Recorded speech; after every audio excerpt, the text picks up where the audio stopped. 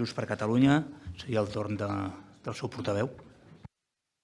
Moltes gràcies, president. Molt breument, perquè efectivament, com s'ha dit, s'ha produït la transacció i, per tant, nosaltres estem molt contents que s'hagi pogut arribar a aquest acord. Efectivament, també s'ha comentat, la transacció d'alguna manera el que vol és tenir un redactat, per entendre's, més possibilista, i bé, i en aquest sentit s'explica que en aquests moments els terrenys dels quals es feia referència estan ocupats temporalment perquè l'Ajuntament els està fent servir en relació a unes obres vinculades a l'Ajuntament properes i com a espai que estan ocupats per aquestes obres, en clau logística, diguéssim, per unes altres obres.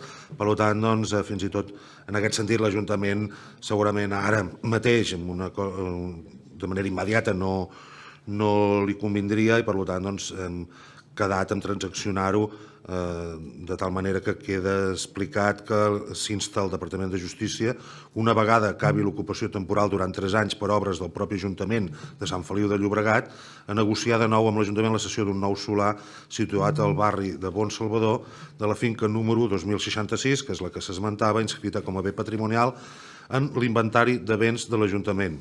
Per cert, siguent inventari de béns de l'Ajuntament i bé patrimonial, segur que l'Ajuntament podrà fer alguna cosa per tal que no s'hagi de pagar l'IBI. Esperem. En fi, en qualsevol cas queda apuntat i estem contents d'haver-ho pogut transaccionar. Moltes gràcies.